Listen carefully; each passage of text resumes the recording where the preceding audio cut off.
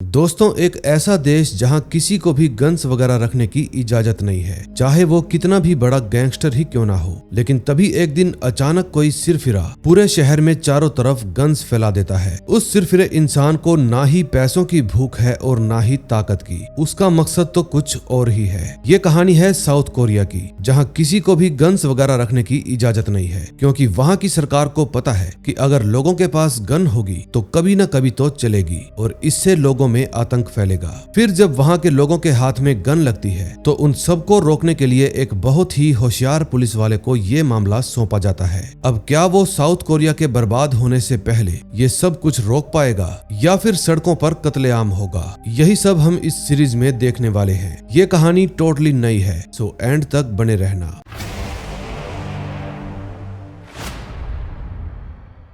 First episode की शुरुआत में हमें साउथ कोरिया का एक शहर दिखाया जाता है, जहां के रिपोर्टर्स शहर में बढ़ रहे डिप्रेशन की प्रॉब्लम के ऊपर बातें कर रहे थे। उनका कहना था कि ऑफिस के काम की वजह से लोगों में स्ट्रेस और डिप्रेशन की प्रॉब्लम बहुत तेजी से बढ़ रही है और बढ़ते डिप्रेशन के कारण लोग खुद की जान भी ले रहे हैं। एक्सपर्ट का कहना है कि लोग अब एक नई दिमागी बीमारी से जूझ रहे हैं, जिसका नाम है इंटरमिटेंट एक्सप्लोसिव डिसऑर्डर। रिपोर्टर्स बताते हैं कि पढ़ाई की लोड की वजह से स्टूडेंट्स में अब डिप्रेशन और स्ट्रेस जैसी प्रॉब्लम्स बहुत तेजी से बढ़ रही है और हो ना हो इसका अंत बहुत ही भयानक होने वाला है। अगले सीन में हम दो लोगों को देखते हैं जो आपस में झगड़ रहे थे, क्योंकि उन दोनों की कार आपस में टकरा गई थी। तभी वहां पर पुलिस ऑफिसर ली पहुंच जाता है और वो उन दोनों के झगड़े को सुलझाकर उन्हें अपने अपने रास्ते भेज देता है। तभी हम जियोंग नाम के एक लड़के को देखते हैं जो मेट्रो ट्रेन के अंदर सफर कर रहा था। उस समय वहां एक आदमी गन जैसे दिखने वाले लाइटर्स को बेच रहा था, जिसको देखकर कुछ विदेशी लोग डर जाते हैं। फिर वो आदमी उन लोगों को बताता है कि ये सिर्फ एक सिगरेट लाइटर है, आप घबराइए मत, कोरिया में गन रखना अलाउड नहीं है, सिर्फ मिलिट्री और पुलिस वाले ही अपने पास गन रख सकते हैं। इतना कहकर वो आदमी आगे बढ़ जाता है। तभी जियोंग की नजर एक प्रेग्नेंट औरत पर पड़ती है जो कि ट्रेन में खड़ी हुई थी, जबकि उसके सामने वाली सीट पर यह साफ साफ लिखा था कि इस सीट पर प्रेग्नेंट औरतें ही बैठ सकती हैं, लेकिन उस सीट पर कोई आदमी बैठा हुआ था। फिर जियोंग उस आदमी के पास जाकर उसको कहता है कि तुम गवर्नमेंट के बनाए हुए रूल्स को तोड़ रहे हो, ये सीट प्रेग्नेंट औरतों के लिए है, इसलिए चुपचाप यहाँ से उठ जाओ। फिर वो औरत जियोंग को रोकते हुए कहती है, प्लीज आप तमाशा मत कीजिए, सब लोग हमारी ही तरफ देख रहे हैं। उस समय जियोंग को उस आदमी पर बहुत गुस्सा आ रहा था, लेकिन वो आदमी उसकी बात को नजरअंदाज करके फिर से सो जाता है। फिर वहां से निकलकर जियोंग अपनी कोचिंग क्लास में पहुंच जाता है। अब क्योंकि जियोंग अपनी क्लास में लेट आया था, इसलिए उसका टीचर उसकी पूरी क्लास के सामने बेइज्जती कर देता है।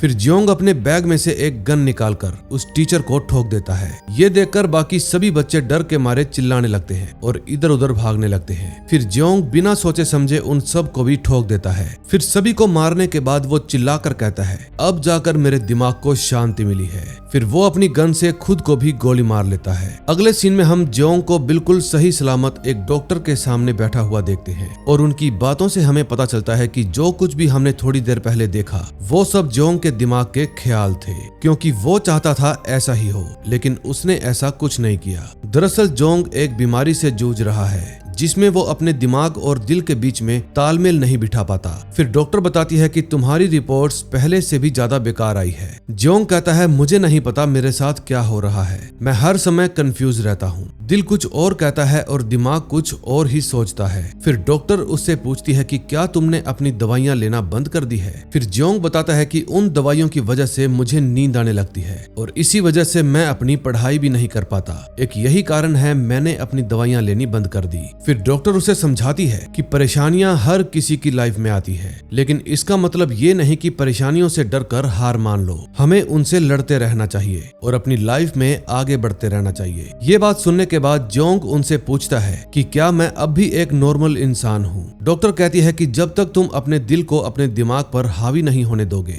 तब तक तुम एकदम सही हो, लेकिन अगर तुम दिल और दिमाग को कंट्रोल नहीं कर पाए तो तुम्हारे लिए दिक्कतें और बढ़ जाएंगी। अगले सीन में हम एक औरत को देखते हैं जो अपने किराएदार से पैसे लेने के लिए उसके कमरे पर जाती है। कमरे के अंदर जाकर उसे पता चलता है कि किराएदार ने फांसी लगाकर खुद को मार लिया है। फिर वो तुरंत पुलिस को इस बारे में बताती है। तभी कुछ ही देर बाद पुलिस वालों की एक टीम और साथ में फोरेंसिक टीम क्राइम सीन पर पहुंच जाते हैं। उन सब में सीओ नाम का एक डिटेक्टिव भी था जो फोरेंसिक टीम के हेड ऑफिसर को कहता है कि मुझे नहीं लगता इसके अलावा कोई दूसरा इंसान घर के अंदर आया होगा। फिर फोरेंसिक ऑफिसर कहता है कि तुम बिल्कुल ठीक बोल रहे हो। गले पर रस्सी के निशान देखकर ये बात कही जा सकती है कि इस आदमी ने ही खुद की जान ली है। फिर जब सीओ वहां से जाने लगता है तो दूसरा डिटेक्टिव उसको बताता है कि सर हमें इस आदमी की पॉकेट में से कुछ गोलियां मिली है। अब ये गोलियां बहुत ही खास किस्म की थी, इसलिए सीओ उनको देखकर हैरान हो जाता है। फिर वो पुलिस स्टेशन में अपने एक कोलीग ली को फोन करता है और उसे बताता है कि मेरे हाथ एक बहुत ही खतरनाक केस लगा है, तुम जल्दी से यहाँ पर आ जाओ,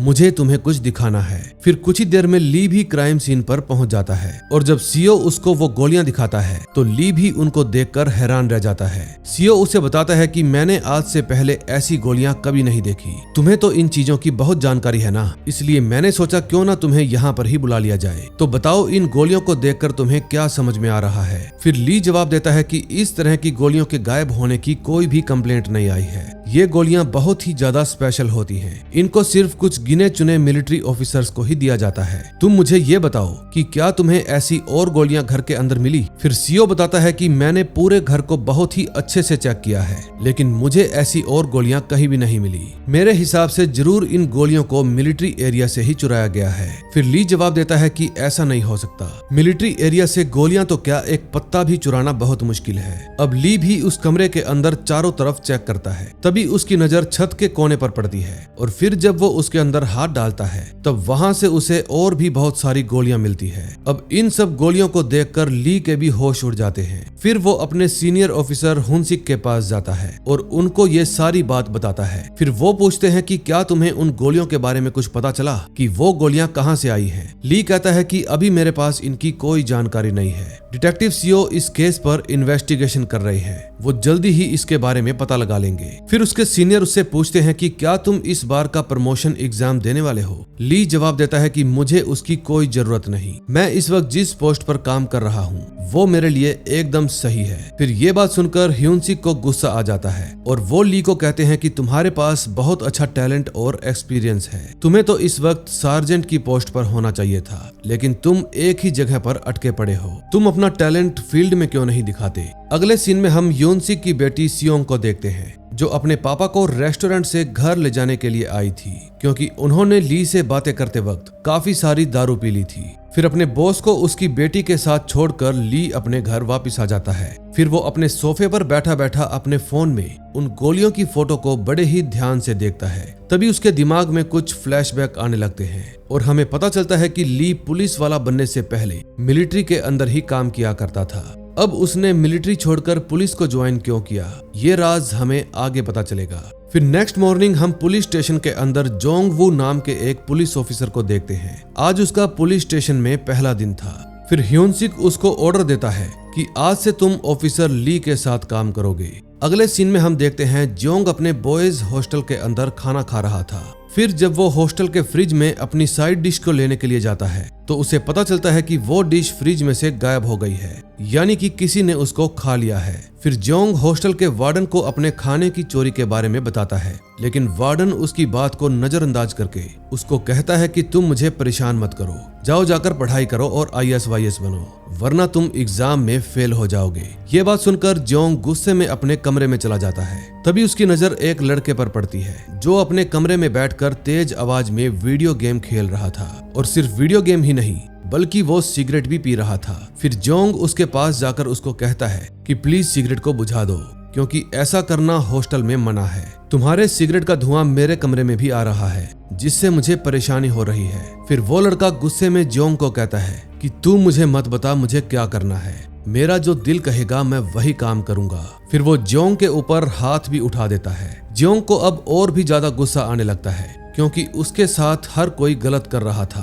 फिर वो अपने कमरे के अंदर जाकर अपने बेड के नीचे से एक गन निकालकर उस दीवार की तरफ तान देता है जिसके पीछे वो दूसरा लड़का बैठा हुआ था। अब जोंग उस लड़के को मारना तो चाहता था, लेकिन अपने दिल और दिमाग को कंट्रोल करके वो खुद को ऐसा करने से रोक लेता है। अगले सीन में हम देखते हैं जोंगवू और ली एक क्रिमिनल के घर पर जाते हैं जिसका नाम जॉन वॉन था। वो उन दोनों से पूछता है कि आखिर तुम लोग मुझसे चाहते क्या हो। फिर जोंगवू उसे बताता है कि तुम्हारी एंकल पर बंधा हुआ मॉनिटर ठीक से सिग्नल नहीं दे रहा, हम बस उसको एक बार चेक करने के लिए आए हैं। फिर ली जोंगवू को कहता है कि तुम अंदर जाकर सब कुछ अच्छे से चेक कर लो, मैं पास की गली में एक राउंड लगा कर आता हूँ। फिर घर के अंदर जाकर जोंगवू जॉन वॉन से फालतू के सवाल जवाब करने लगता है, इसलिए इन फालतू के सवालों की वजह से उन दोनों में बहस हो जाती है। फिर एंकल मॉनिटर को चेक करने के बाद जब जोंगवू अपने पुलिस स्टेशन में फोन करके मॉनिटर के सिग्नल चेक करने के लिए कहता है तो जॉन वॉन अपने पास रखी हुई एक नोकीली स्टिक से जोंगवू पर हमला कर देता है,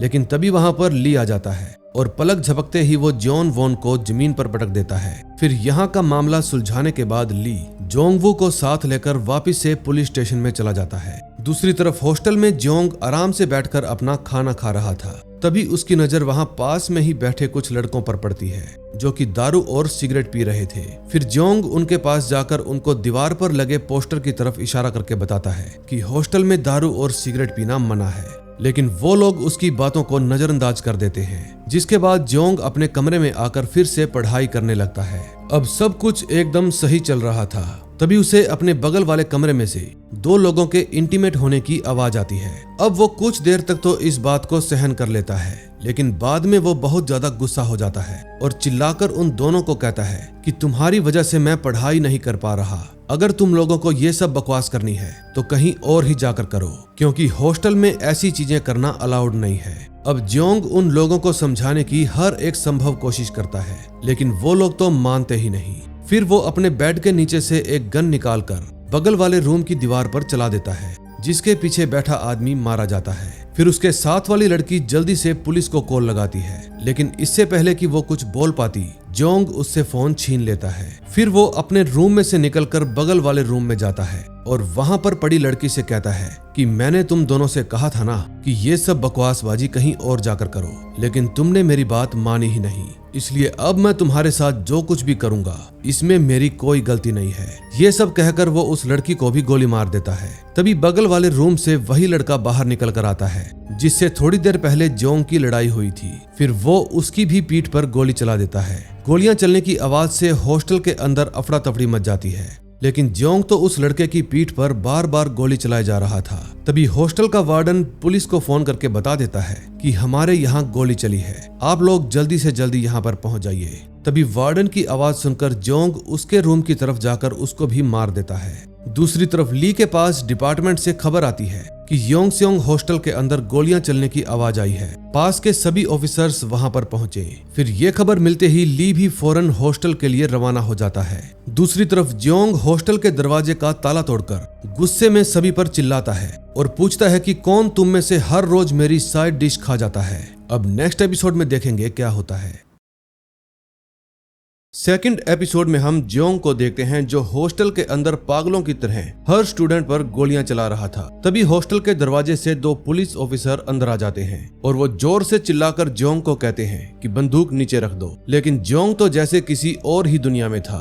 वो उन पुलिस वालों की बात मानने की बजाय उल्टा उन पर ही गोलियां चलाना शुरू कर देता है। गोलियों की आवाजों से पूरा हॉस्टल गूंज उठता है। तभी थोड़ी देर में वहाँ पर ली और जोंग वो भी पहुँच जाते हैं। फिर ली हॉस्टल के अंदर आकर वहाँ के हालात देखता है। उस समय चारों ही तरफ अफड़ा तफड़ी मची हुई थी। हर तरफ घायल स्टूडेंट्स थे और हवा में बारूद की गंध थी। फिर ली तुरंत बाहर निकलकर अपने साथियों को कहता है कि उस लड़के के पास M4 गन है, इसलिए हमें बहुत ही सावधानी से बचे हुए स्टूडेंट्स को बाहर निकालना होगा। मेरे पास एक प्लान है, मैं अंदर जाकर उस लड़के का ध्यान भटकाता हूँ, फिर तुम लोग मौका देकर बाकी स्टूडेंट्स को बाहर निकाल लेना। तभी ली हॉस्टल के एक रूम की लाइट को छोड़कर बाकी सभी लाइट्स को बंद कर देता है और जोंग भी उसी रूम के अंदर खड़ा था। फिर ली धीरे धीरे अपनी पोजीशन बदलते हुए जोंग के पास जाने की कोशिश करता है, लेकिन तभी अचानक जोंग की नजर उस पर पड़ जाती है। फिर वो ली पर भी अंधाधुंध गोलियां चलाना शुरू कर देता है। दरअसल ये ली का ही प्लान था, क्योंकि वो जोंग की गोलियों को बर्बाद करवाना चाहता था ताकि मौका मिलते ही वो उस पर हमला कर सके। तभी जैसे ही जोंग की मैगजीन खाली होती है तो वो ली के कुछ करने से पहले ही अपनी दूसरी मैगजीन निकालता है और गन में लोड कर देता है। अब ली के पास बस एक ही रास्ता बचा था। फिर फिर वो पूरे हॉस्टल में इधर उधर दौड़ना शुरू कर देता है ताकि जोंग का ध्यान भटक जाए और बाकी पुलिस वाले बचे हुए स्टूडेंट्स को बाहर निकाल सके। फिर जोंग भी बिना वक्त गवाए ली के पीछे पीछे दौड़ना शुरू कर देता है। उस समय जंगवू और उसके साथी हॉस्टल में फंसे बाकी स्टूडेंट्स को बाहर निकालने का काम शुरू कर देते हैं, लेकिन तभी जोंग को उनकी आवाज भी सुनाई दे जाती है। फिर वो तुरंत ली को छोड़कर जोंगवू की तरफ दौड़ता है और उस पर गोलियां बरसाना शुरू कर देता है। फिर जोंगवू भी मजबूरी में काउंटर फायर करता है, लेकिन जल्दी ही उसकी गोलियां खत्म हो जाती है। फिर जैसे ही जोंग उसको मारने के लिए अपनी गन उठाता है तो ली वहां पर आकर उसको धक्का दे देता है, जिसके कारण वो पीछे बनी दीवार से टकराकर बेहोश हो जाता है। तभी कुछ देर बाद वहां पर और पुलिस वाले आ जाते हैं और वहां की छानबीन शुरू कर देते हैं। दूसरी तरफ डिपार्टमेंट ऑफ चीफ मिस्टर यून वो भी इस घटना की वजह से काफी परेशान थे, क्योंकि उनको समझ में नहीं आ रहा था कि उस लड़के के पास गन कहां से आई।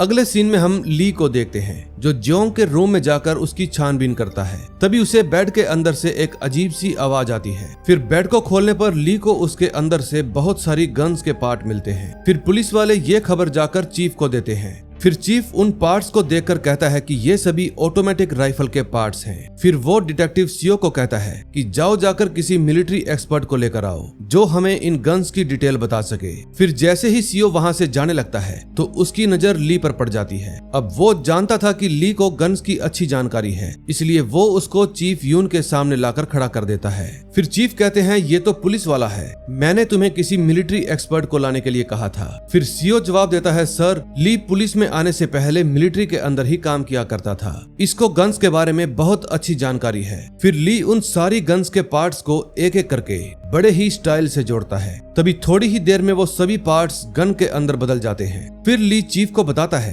कि ये सभी गन्स पिछली कई लड़ाइयों में अलग अलग देशों ने इस्तेमाल की है। फिर ये बात सुनकर चीफ कहते हैं कि ये सब तो ठीक है, लेकिन आखिर ये गन कोरिया के एक छोटे से हॉस्टल के अंदर आई कहां से? फिर ली कहता है कि वो मुझे नहीं पता, लेकिन मैं एक बात जरूर जानता हूँ। अभी कुछ दिनों पहले हमने जिस आदमी के घर से गोलियां बरामद की थी, जरूर उस आदमी का इन गन्स के साथ कोई लेना देना है, क्योंकि वो सभी गोलियां इन सभी गन्स के अंदर इस्तेमाल की जा सकती हैं। फिर चीफ सभी को कहता है कि ये केस बहुत ही ज्यादा पेचीदा है, इसलिए इस केस से जुड़ी कोई भी जानकारी मीडिया वालों तक नहीं पहुंचनी चाहिए। अगले सीन में हम कुछ गुंडों को देखते हैं जो किम नाम के एक बहुत बड़े बिजनेसमैन को अपने बॉस स्योक हो के सामने लाकर पटक देते हैं। फिर किम कहता है प्लीज मुझे मत मारो, हम अंदर चलकर मेरे बिजनेस के बारे में बात करते हैं। फिर स्योक हो कहता है कि मैंने तुम्हें कहा था ना, तुम अपना बिजनेस मुझे दे दो, लेकिन तुमने ऐसा नहीं किया। अब तुम्हें मरने से कोई भी नहीं बचा सकता। फिर वो जबरदस्ती किम से एक कागज पर साइन करवा लेता है, जिसके बाद वो अपने आदमी योंगू को कहता है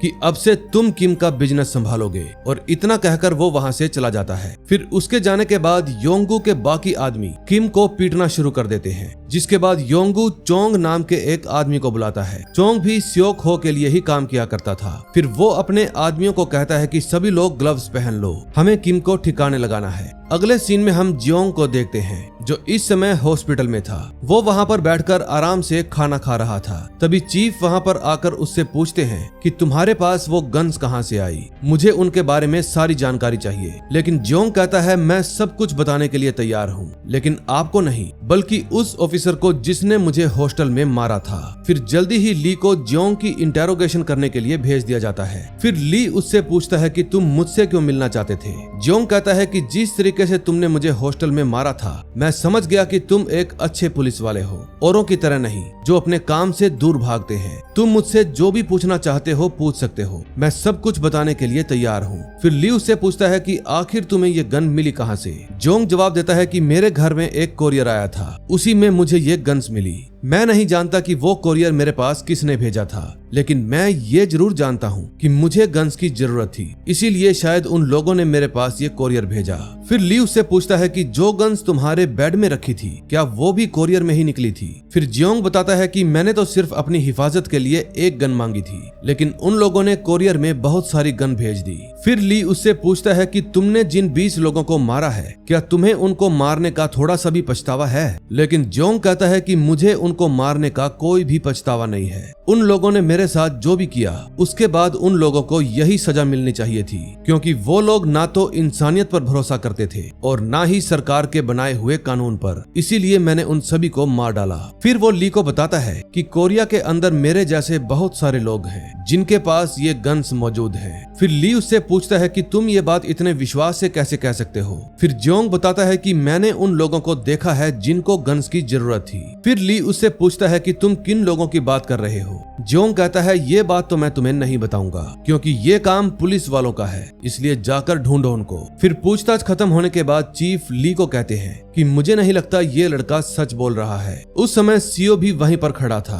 फिर वो ली को कहता है कि आखिर कोई इंसान एक लड़के को फ्री में गन्स क्यों भेजेगा। फिर ली उसकी बात का जवाब देता है कि हमें इसी बात की तो तहकीकात करनी है कि आखिर वो लोग है कौन जो सबको फ्री में गन भेज रहे हैं, उनका ऐसा करने का मकसद क्या है। अगले सीन में हम हाई स्कूल के कुछ लड़कों को देखते हैं जो ग्यूजिन और योंगडोंग नाम के दो लड़कों की रैगिंग कर रहे थे। उन लड़कों का लीडर स्योंगजुन अपने फोन में एक बाइक का फोटो दिखाकर योंगडोंग से कहता है कि अगर तू चाहता है कि मैं तुझे और तेरे दोस्त को जिंदा छोड़ दूं तो मुझे ये बाइक ला कर दे। फिर योंगडोंग बचने के लिए कहता है कि मैं आपका ये काम कर दूंगा, जिसके बाद स्योंगजुन और उसके साथी वहां से चले जाते हैं। अगले सीन में हम जियोन वोन को देखते हैं। जब वो अपने घर जा रहा था तभी उसकी नजर अपने घर के बाहर पड़े एक कोरियर पर पड़ती है। वो कोरियर उसकी माँ के नाम से आया था, इसलिए उसने बहुत दिनों से उस पर ध्यान नहीं दिया। लेकिन आज वो उस कोरियर को खोल कर देखता है और जैसे ही वो उस कोरियर को खोलता है उसके होश उड़ जाते हैं क्योंकि उसके अंदर 2 ऑटोमेटिक गन्स थी। फिर जियोन वोन खुद से बात करते हुए कहता है कि मुझे विश्वास नहीं हो रहा, उन लोगों ने सच में गन्स भेज दी। अब जियोन वोन किन लोगों की बात कर रहा था ये हमें आगे पता चलेगा। अब कहानी कुछ घंटे पीछे जाती है जहां हम चोंग को देखते हैं। वो अपने आदमियों के साथ मिलकर किम को जिंदा ही जला रहा था, लेकिन तभी किम बोरी में से अपना मुंह निकालकर चोंग को कहता है कि मुझे मत मारो, मैं तुम्हारे काम आ सकता हूँ। मुझे पता है कि स्योंग ओ ने मुझे मारकर तुम्हें मेरा बिजनेस सौंपने का वादा किया है, लेकिन वो तुमसे झूठ बोल रहा था। उसने मेरा बिजनेस योंगगू के नाम कर दिया है, इसलिए अगर तुम चाहते हो तो मैं तुम्हारी स्योंग हो के सारे बिजनेस पर कब्जा करने में हेल्प कर सकता हूँ। मेरे पास बहुत सारी गन्स भी हैं, उनका इस्तेमाल करके तुम स्योंग हो को हरा सकते हो। फिर चोंग किम से उन सभी गन्स की जानकारी ले लेता है। तभी उसके पास स्योंग हो का फोन आता है। फिर चोंग बातों बातों में उसको कहता है कि बॉस, आपको याद है ना, आपने मुझसे वादा किया था कि किम के मरने के बाद आप उसका बिजनेस मुझे हैंडल करने देंगे। लेकिन स्योंग हो उसकी बात को टाल देता है और कहता है कि बिजनेस के बारे में हम बाद में बात करेंगे। अब इस बात से चोंग समझ जाता है कि स्योंग हो उसको कुछ भी देने वाला नहीं है। फिर वो गुस्से में आकर वहीं पर पड़े हुए फावड़े से किम को मार डालता है। अब कहानी प्रेजेंट में आती है। चोंग अपने सारे आदमियों के साथ स्योंग हो के पास पहुंच जाता है और उससे फिर से एक बार पूछता है कि बॉस, आपने मुझसे एक वादा किया था कि किम के मरते ही मैं और मेरे आदमी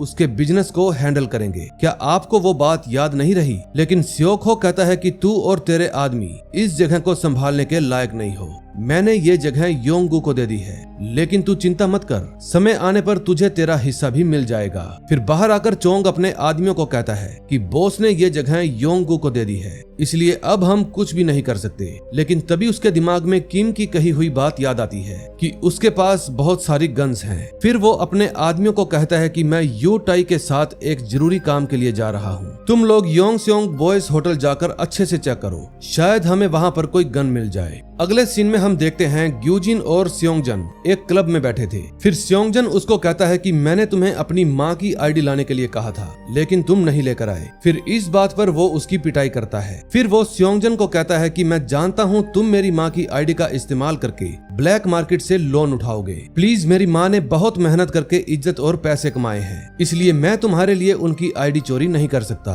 फिर ग्यूजिन की ये बात सुनकर स्योंगजन उसको फिर से पीटने लगता है। अगले सीन में हम चोंग और यू टाई को देखते हैं जो किम की बताई हुई जगह पर पहुंच गए थे। फिर वो किम की कार के पास जाकर उसकी डिग्गी चेक करते हैं और उसके अंदर से उनको गन्स मिल जाती है। फिर वो दोनों समझ जाते हैं कि किम गन्स के बारे में बिल्कुल सही बोल रहा था। फिर यू टाई चोंग को कहता है कि हम इन गन्स का इस्तेमाल बॉस के खिलाफ नहीं करेंगे, क्योंकि अगर हमने ऐसा किया तो वो हम दोनों को जिंदा नहीं छोड़ेंगे। लेकिन चोंग उसे समझाता है कि स्योंग हो हमसे झूठ बोल रहा है, हमारी लाइफ हमेशा ऐसे ही रहेगी, वो हमको कुछ भी नहीं देने वाले। अगर हमें अपनी लाइफ बदलनी है तो इसके लिए हमें एक बड़ा कदम उठाना ही होगा। अब यू टाई उसकी बात से सहमत हो जाता है, इसलिए वो भी डिग्गी के अंदर से गन्स को उठा लेता है। दूसरी तरफ ली अपने घर के पास वाले एरिया में हर जगह जाकर कोरियर बॉक्सेस को चेक कर रहा था ताकि उसे गन्स के बारे में कुछ पता चल सके। फिर जांच करते करते वो योंगसोक बॉयज हॉस्टल में पहुंच जाता है। तभी उसकी नजर वहां के स्टोर रूम में पड़ती है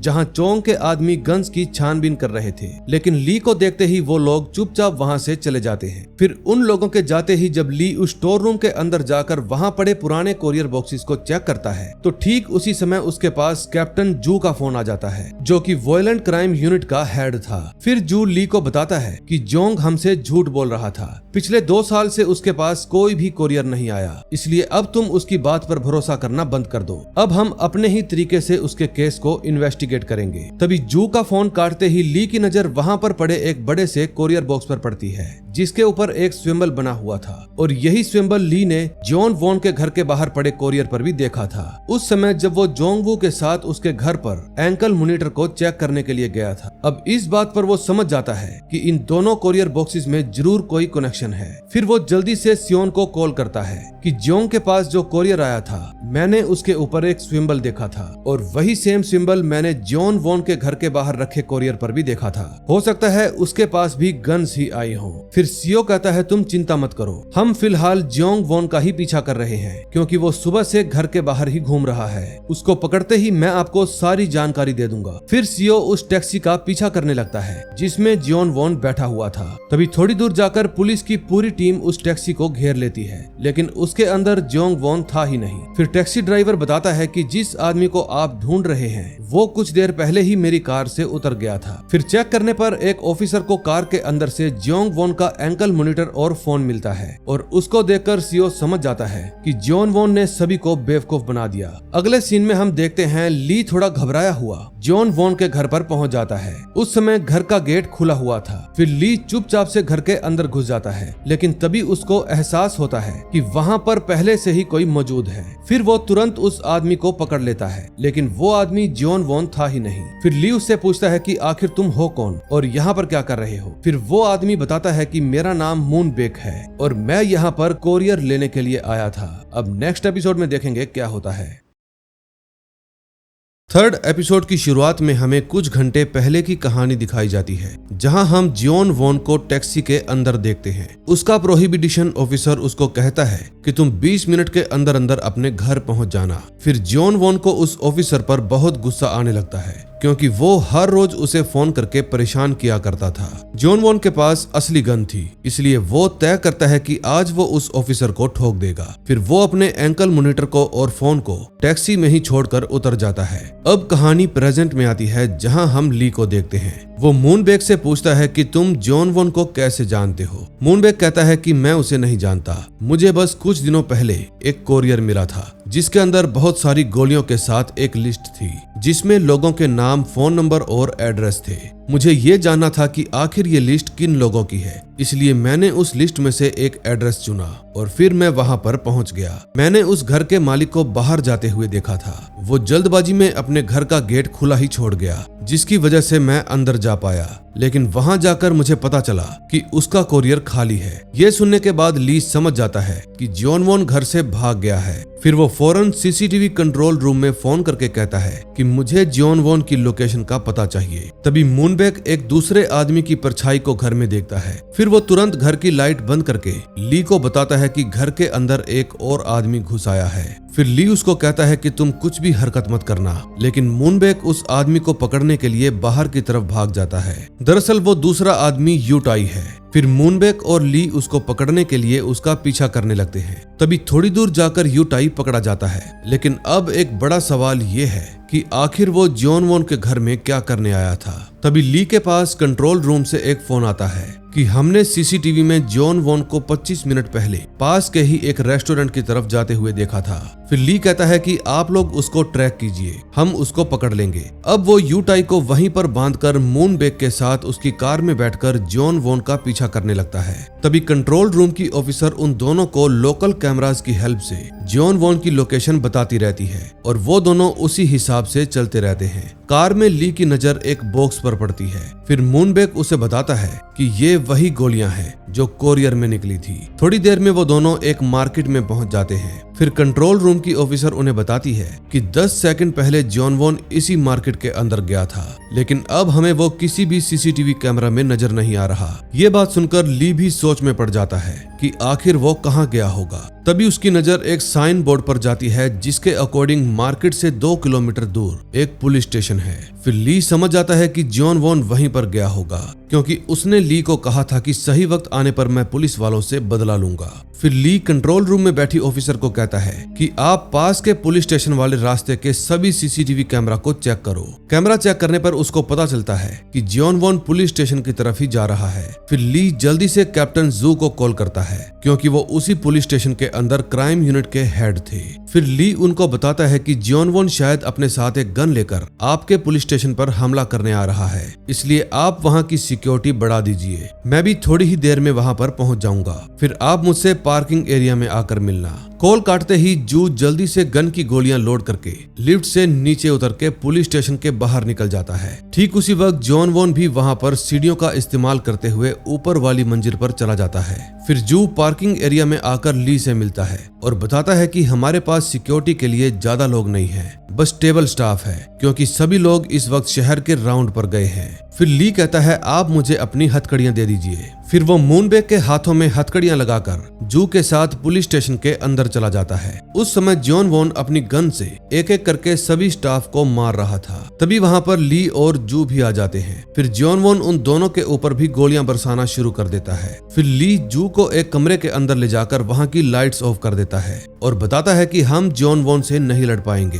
क्योंकि उसके पास हमसे ज्यादा एडवांस गन है। ये बात सुनने के बाद ली उससे पूछता है कि वो गन्स कहाँ है जो हमें हॉस्टल से बरामद हुई थी। फिर जू बताता है कि वो गन्स एविडेंस रूम में रखी हुई है, लेकिन इसका कोई फायदा नहीं, क्योंकि हमारे पास उनकी गोलियां नहीं है। फिर ली कहता है आप गोलियों की चिंता मत कीजिए, सबसे पहले मैं जॉन वॉन का ध्यान भटकाऊंगा। फिर आप मौका देखकर वहां से बचते हुए पुलिस ऑफिसर्स को लेकर एक सेफ जगह पर चले जाना। फिर ली जॉन वॉन का ध्यान भटकाकर पुलिस स्टेशन के बाहर निकल जाता है। फिर जू भी चुपचाप से बचे हुए ऑफिसर को लेकर कमरे से बाहर जाने लगता है। तभी जॉन वॉन की नजर उन सब पर पड़ जाती है, इसलिए वो जू के ऊपर गोली चला देता है, जिसके कारण वो घायल होकर जमीन पर गिर जाते हैं। फिर जू के साथी जल्दी से उनको उठाकर पुलिस स्टेशन के अंडरग्राउंड ऑफिस में ले जाते हैं। दूसरी तरफ ली बाहर आकर मूनबेक के कोरियर में से बरामद हुई गोलियों को अपने साथ लेकर वापस से पुलिस स्टेशन में चला जाता है, ताकि वो इन गोलियों की हेल्प से उन एडवांस गन को यूज कर सके।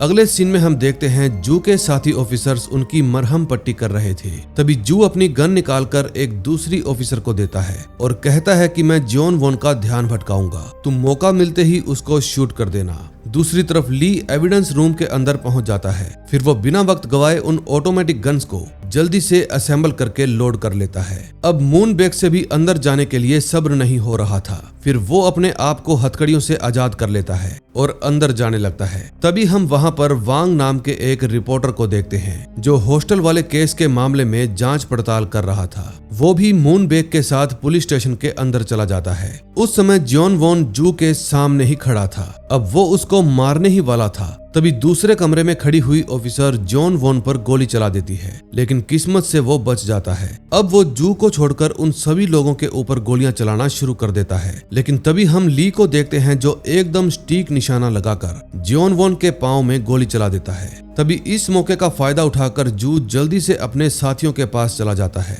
लेकिन दर्द से चिल्लाता हुआ जॉन वॉन अभी भी हार नहीं मान रहा था। वो ली के ऊपर जवाबी हमला कर देता है, लेकिन कुछ ही देर में उसे समझ में आ जाता है कि वो ली को नहीं मार पाएगा। फिर ली उसको सरेंडर करने के लिए कहता है। अपने हालातों को देखता हुआ जॉन वॉन अपनी गन को टेबल पर रखकर सरेंडर कर देता है। फिर जब ली उसको पकड़ने के लिए टेबल के पास आता है तो उसको पता चलता है कि जॉन वॉन ने उसको उल्लू बना दिया। तभी जॉन वॉन चुपचाप से रेंगता हुआ कैप्टन जू के सामने पहुंच जाता है और अपने पास रखी हुई दूसरी गन से उसे शूट करने की कोशिश करता है। अब ये सब देखकर ली भी समझ जाता है कि उसके पास जॉन वॉन को मारने के अलावा कोई और दूसरा रास्ता है ही नहीं, इसलिए वो बिना एक भी सेकंड गवाए उसे शूट कर देता है। उस समय मूनबेक के साथ आया रिपोर्टर वांग ये सब कुछ दूर खड़ा अपने फोन में रिकॉर्ड कर रहा था और इसी के साथ थर्ड एपिसोड का एंड हो जाता है। अब नेक्स्ट एपिसोड में देखेंगे क्या होता है।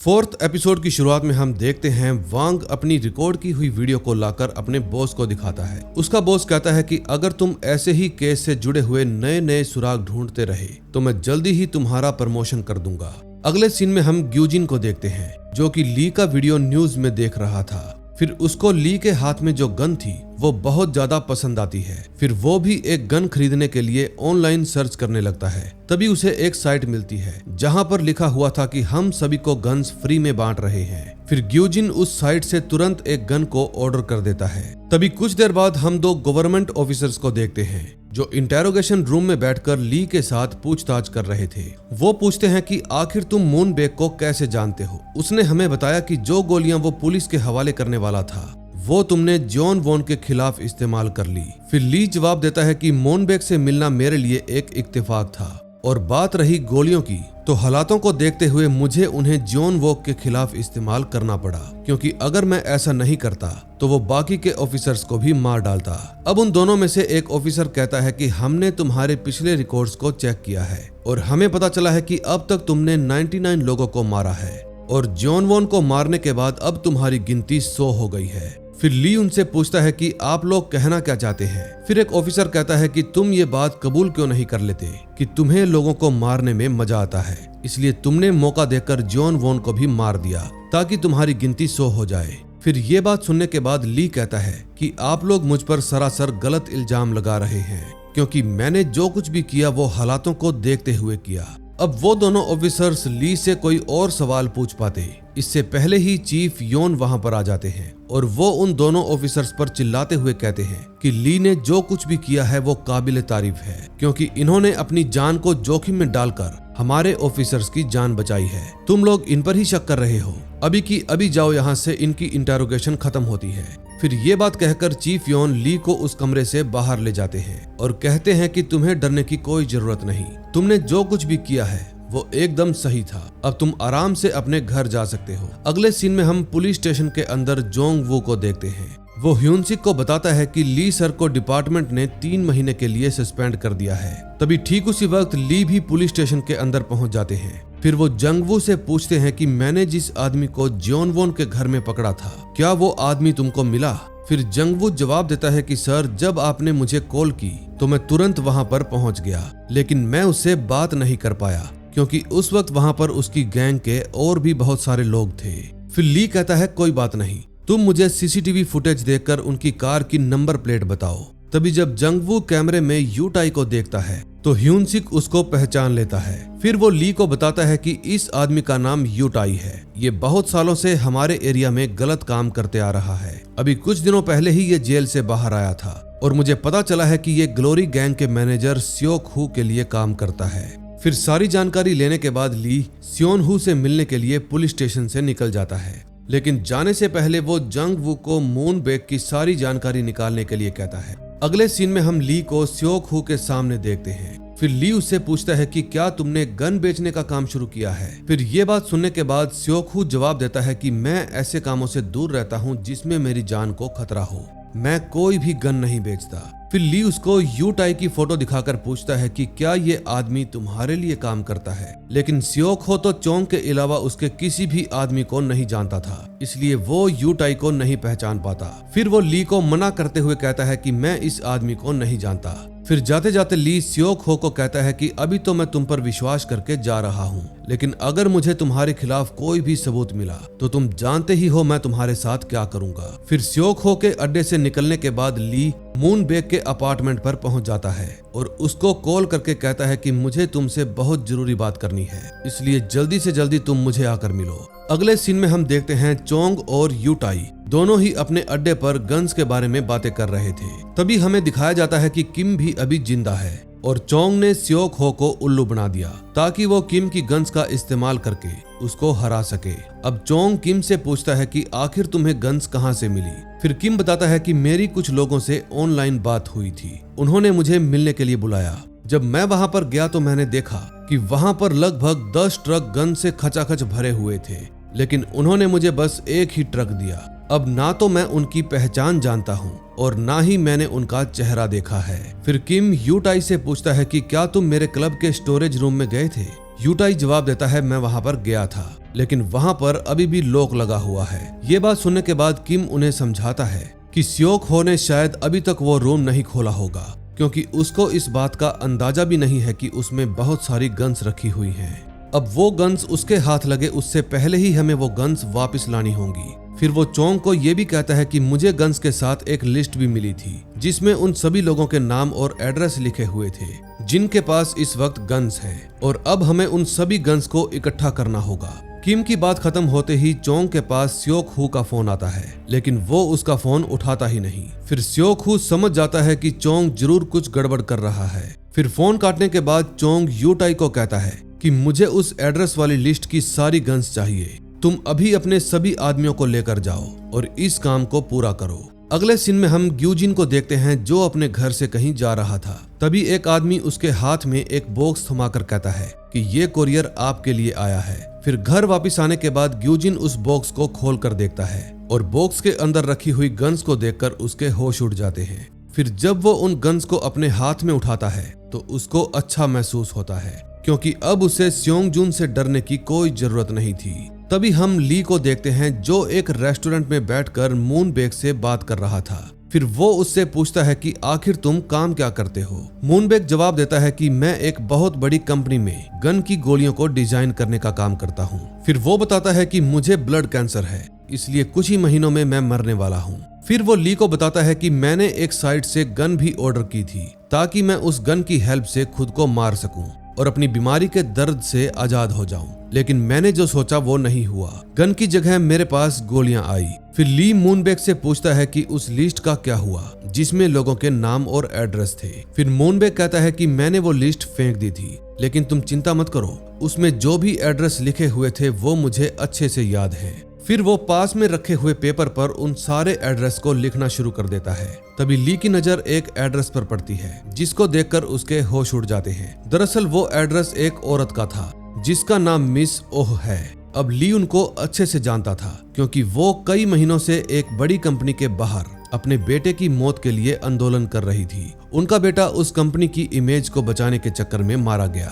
ली हर रोज मिसिज ओह से मिला करता था, इसलिए उन दोनों का एक अच्छा रिश्ता बन गया था। एड्रेस को देखने के बाद ली समझ जाता है कि जरूर मिस ओह के पास भी एक गन है। फिर वो और मूनबेक तुरंत ही उनसे मिलने के लिए रेस्टोरेंट से निकल जाते हैं। तभी हम मिस ओह को देखते हैं जो अपने बेटे की कंपनी के मालिक को गन दिखाकर माफी मांगने के लिए कहती है, क्योंकि उसकी वजह से ही मिस ओह के बेटे की जान गई थी। कंपनी का मालिक गन के डर की वजह से मिस ओह से उनके बेटे की मौत के लिए माफी मांगता है, लेकिन वो लेडी उन्हें माफ करने की बजाय गोली मार देती है। फिर वहां से निकलकर वो ली के पास फोन करती है कि बेटा, मैंने अपने बेटे की मौत का बदला ले लिया, अब तुम मुझे अरेस्ट कर सकते हो, लेकिन इससे पहले मैं घर जाकर एक बार अपने बेटे की फोटो को देखना चाहती हूँ। फिर ली भी उनकी बात मान लेता है। अगले सीन में हम मिस ओह को अपने घर पर देखते हैं जो अपने बेटे की फोटो के सामने बैठकर रो रही थी। तभी उनके घर की बेल बजती है। फिर जब वो लेडी दरवाजा खोलती है तो देखती है कि बाहर ली नहीं बल्कि यूटाई आया है।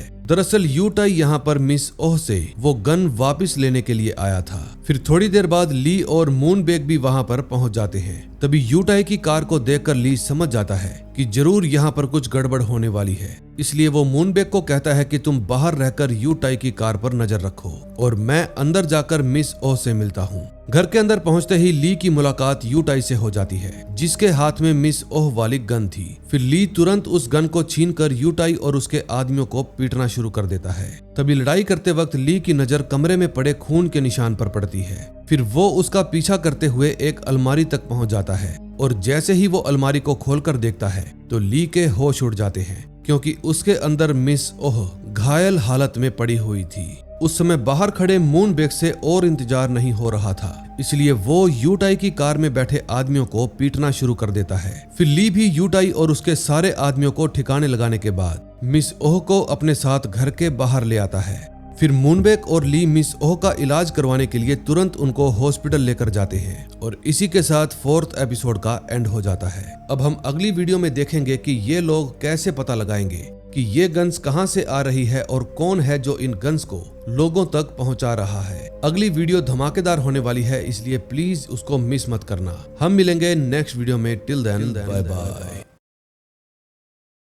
5th एपिसोड की शुरुआत में हम ली को हॉस्पिटल में देखते हैं। वो मूनबेक को मिस ओह के साथ छोड़कर सियोक हो के अड्डे पर आ जाता है, क्योंकि उसे अभी भी ऐसा ही लग रहा था कि यूटाई उसके लिए काम करता है। लेकिन वो ये बात नहीं जानता था कि चोंग और यूटाई दोनों सियोक हो के खिलाफ हैं। फिर ली उसके सभी आदमियों को पीटने के बाद एसियो को कॉल करता है और कहता है कि यूटाई के पास एक एड्रेस लिस्ट होगी, तुम जल्दी से उसको लेकर मेरे पास आ जाओ। फिर सियो तुरंत उस लिस्ट को लेकर ली के पास पहुंच जाता है। फिर वहां से वो दोनों मिस ओह के पास जाते हैं। मिस ओह के घर पर पहुंचने के बाद ली सियो को वो कोरियर बॉक्स दिखाता है जिसके अंदर गन्स आई थी। अब उसका कहना था कि जो भी एड्रेस लिस्ट में लिखे हैं जरूर वहां पर भी गन आई होंगी, और मेरे हिसाब से ये कोई इत्तेफाक नहीं है, बल्कि ये एक ऑर्गेनाइज्ड क्राइम है। जो भी इंसान इन सब के पीछे है उसे लोगों की मजबूरी का अंदाजा है और उसी का फायदा उठाकर वो सभी लोगों से क्राइम करवा रहा है। फिर सीओ ली से सारी जानकारी लेने के बाद पुलिस स्टेशन में आकर चीफ यून के साथ एक मीटिंग करता है। वो उन्हें बताता है कि इस लिस्ट के अंदर जितने भी लोग हैं उनके पास इतना पैसा नहीं है कि वो एक गन खरीद सके। उनकी मजबूरी और हालातों का फायदा उठाकर कोरियर भेजने वाला इंसान उन सभी से गलत काम करवा रहा है। फिर चीफ यून लिस्ट पर लिखे नामों को देखकर कहता है कि ये सभी नाम इतने अजीब क्यों हैं? फिर सीओ जवाब देता है कि हर किसी इंसान के फोन में कॉन्टैक्ट लिस्ट के अंदर उनका खुद का एक निकनेम जरूर होता है और कोरियर भेजने वाले आदमी ने उन्हीं निकनेम का इस्तेमाल किया है। फिर ये सब सुनने के बाद चीफ पूछता है कि ऐसा करने के लिए उस आदमी के पास लोगों की पर्सनल इंफॉर्मेशन कहां से आई? फिर सीओ बताता है कि जरूर उसने किसी मालवेयर का इस्तेमाल किया होगा जिससे उसके पास सभी लोगों का पर्सनल डाटा आ गया। फिर सारी जानकारी लेने के बाद चीफ यून कहता है कि तुम लोग इस लिस्ट में लिखे हर एक एड्रेस पर जाकर पूछताछ करो और अगर वहां पर तुम्हें किसी के पास भी गन मिले तो उस गन को जब्त कर लो। दूसरी तरफ ली हॉस्पिटल में पहुंच जाता है और वहां जाने के बाद वो मूनबेक से उसकी लाइफ के बारे में पूछता है, क्योंकि एक अनजान आदमी होने के बाद भी वो ली की हेल्प कर रहा था। तभी मूनबेक उसकी लाइफ के बारे में बताना शुरू करता है। अब यहाँ से कहानी काफी साल पीछे जाती है। वो समय जब मूनबेक एक छोटा बच्चा हुआ करता था। उसकी माँ के पास इतने पैसे नहीं थे कि वो उसका पालन पोषण कर सके, इसलिए उसकी माँ ने उसको किसी दूसरी औरत को सौंप दिया और वो औरत ऐसे ही लोगों का फायदा उठाकर उनके बच्चों के जरिए बहुत सारे पैसे कमाती थी। उसका एक साथी भी था जिसका नाम था हैंसुक। फिर एक दिन हैंसुक के पास किसी आदमी का फोन आया और उस आदमी को आई ट्रांसप्लांट के लिए एक बच्चे की आंख की जरूरत थी और वो इस काम के लिए हैंसुक को बहुत सारे पैसे भी ऑफर करता है। पैसों की वजह से हैंसुक मूनबेक की एक आंख ट्रांसप्लांट के लिए निकलवा लेता है। उसके बाद काफी सालों तक मूनबेक एक अनाथ बच्चे की तरह बहुत सारे परिवारों में गया, लेकिन कोई भी उसे अपनाने के लिए तैयार ही नहीं था। मूनबेक से परेशान होकर हैंसुक उसे अमेरिका भेजने का फैसला करता है। फिर वो औरत उसको बताती है कि हम तुम्हें अमेरिका इसलिए भेज रहे हैं ताकि तुम्हारी लाइफ सुधर जाए, वहां तुम बहुत ही अच्छी लाइफ जियोगे। लेकिन अमेरिका पहुंचने के बाद मूनबेक की लाइफ और भी ज्यादा खराब हो जाती है, क्योंकि वहां भी हैंसुक की तरह बहुत सारे बुरे लोग थे। तभी एक विदेशी आदमी मूनबेक के पेट को काटकर उसके शरीर के हिस्सों को बेचने की कोशिश करता है। तभी वहां पर पुलिस वाले पहुंच जाते हैं और मूनबेक को बचा लेते हैं। अब सबसे बड़ा सवाल ये उठता है कि अगर बचपन में मूनबेक की एक आंख को निकाल लिया गया था तो इस वक्त उसके पास दोनों आंखें कैसे थी? इस सवाल का जवाब आपको आगे मिलेगा। अब कहानी प्रेजेंट में आती है, जहां हम सियोक ओह को देखते हैं। वो अपने ऑफिस में बैठकर यही सोच रहा था कि आखिर ली ने उसके आदमियों को क्यों मारा। लेकिन तभी वहां पर योंगू आ जाता है। फिर वो जमीन पर पड़ी यूटाई की फोटो को देखकर सियोक ओह को कहता है कि बॉस, मैं इस आदमी को जानता हूँ, ये चोंग के लिए काम करता है। अब योंगू की बात सुनकर सियोक हो समझ जाता है कि उसके साथ जो कुछ भी हो रहा है उसके पीछे चोंग का हाथ है। अगले सीन में हम चोंग को अपने आदमियों के साथ हॉस्पिटल में देखते हैं। ये वही हॉस्पिटल था जहां पर यूटाई और उसके आदमियों को पुलिस वालों ने भर्ती करवा रखा था। फिर अंदर आने के बाद चोंग को पता चलता है कि वहाँ पुलिस वालों की कड़ी सिक्योरिटी है, इसलिए वो ज्यादा आगे नहीं जाता। अब वो अपने आदमियों से पूछता है कि क्या तुम्हें उस पुलिस ऑफिसर के बारे में कुछ पता चला जिसने यू टाई को पीटा था। तभी उसका एक आदमी कहता है, बॉस आप चिंता मत कीजिए, हम जल्दी ही उसका पता लगा लेंगे। अब चोंग को यू टाई से मिलना था, इसलिए वो मौका देखते ही लिफ्ट की तरफ चला जाता है, लेकिन इतने में उसका दूसरा आदमी उसके फोन पर ली की फोटो भेज देता है। अब उसे पता चल गया था कि यू टाई को किस ऑफिसर ने पीटा है। तभी लिफ्ट के खुलते ही चोंग के होश उड़ जाते हैं, क्योंकि उसके सामने ली खड़ा था, लेकिन वो अपने आप को संभाल कर लिफ्ट के अंदर चला जाता है। अब चोंग अपनी पॉकेट से एक चाकू निकालता है ताकि वो ली को मार सके, लेकिन उसकी इस हरकत को मूनबेक देख लेता है। फिर वो ली की जान बचाने के लिए खुद उसके आगे आकर खड़ा हो जाता है। तभी लिफ्ट भी खुल जाती है। फिर मूनबेक ली को अपने साथ लेकर फौरन हॉस्पिटल के बाहर आ जाता है। उस समय जंगवू भी बाहर ही खड़ा हुआ था। फिर वो ली को अपनी कार में बिठाकर वहां से चला जाता है। तभी हम चोंग को देखते हैं जो अपनी कार में बैठकर ली का पीछा करने लगता है। थोड़ी दूर जाते ही चोंग के पास स्योंग हो का फोन आता है। वो चोंग को कहता है, तुम जल्दी से जल्दी आकर मुझे मिलो, मुझे तुमसे कुछ जरूरी काम है। फिर फोन काटते ही चोंग अपने आदमी को कहता है कि तुम्हें ली का पीछा करने की कोई जरूरत नहीं, हमें जल्दी से स्योक हो के पास जाना है, इसलिए तुरंत वहां पर चलो। अगले सीन में हम मूनबेक को एक बहुत ही आलीशान जगह पर देखते हैं, जिसके आगे पीछे बहुत सारे आदमी थे। दरअसल साउथ कोरिया के अंदर सभी लोगों तक गन्स पहुंचाने का काम मूनबेक ही कर रहा था। उसके कहने पर ही लोगों तक कोरियर के जरिए गन्स पहुंचाई जा रही थी।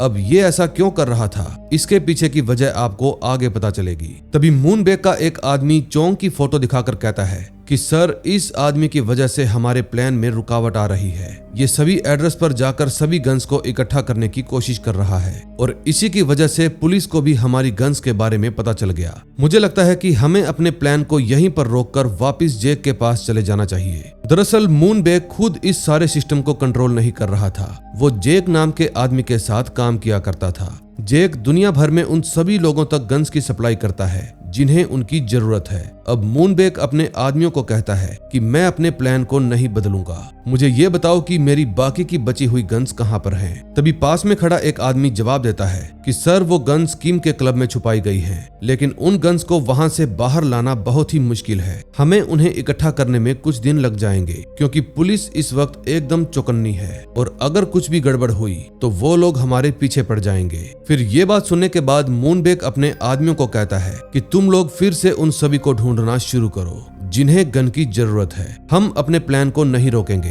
अब कहानी कुछ साल पीछे जाती है। तभी हम जेक को देखते हैं जो 2 लोगों को गन्स बेच रहा था। उन लोगों के बाकी आदमी किसी दूसरी बिल्डिंग में खड़े होकर प्लान बनाते हैं कि जैसे ही हमें गन मिल जाएगी हम बिना पैसे दिए जेक और उसके आदमियों को मार डालेंगे। लेकिन इससे पहले कि वो लोग कुछ कर पाते, वहां पर मूनबेक आ जाता है। दरअसल वहां मौजूद एक आदमी वही इंसान था जिसने अमेरिका में मूनबेक को किडनैप करके उसके बॉडी पार्ट्स को बेचने की कोशिश की थी। फिर मूनबेक उस आदमी पर गोली चला देता है। गोली की आवाज सुनकर जेक के आदमी भी बाहर खड़े लोगों को मार देते हैं। तभी जेक जल्दी से बिल्डिंग में पहुंच जाता है और वहां पर उसकी नजर घायल पड़े मूनबेक पर पड़ती है। फिर वो फौरन उसको अपने घर में लेकर आता है और उसकी दूसरी आंख का ट्रांसप्लांट करता है। अपनी दूसरी आंख देखकर मूनबेक बहुत ज्यादा खुश हो जाता है। फिर वो जेक से पूछता है कि आखिर तुमने मेरी हेल्प क्यों की।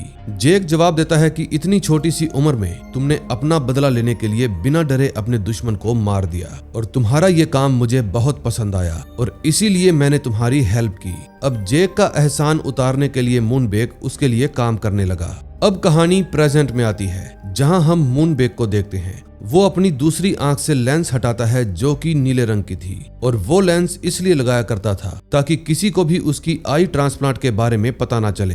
अब नेक्स्ट एपिसोड में देखेंगे क्या होगा। अब हम अगली वीडियो में देखेंगे कि ये लोग कैसे पता लगाएंगे कि ये गन्स कहां से आ रही है और कौन है जो इन गन्स को लोगों तक पहुंचा रहा है। अगली वीडियो धमाकेदार होने वाली है, इसलिए प्लीज उसको मिस मत करना। हम मिलेंगे नेक्स्ट वीडियो में। Till then bye bye.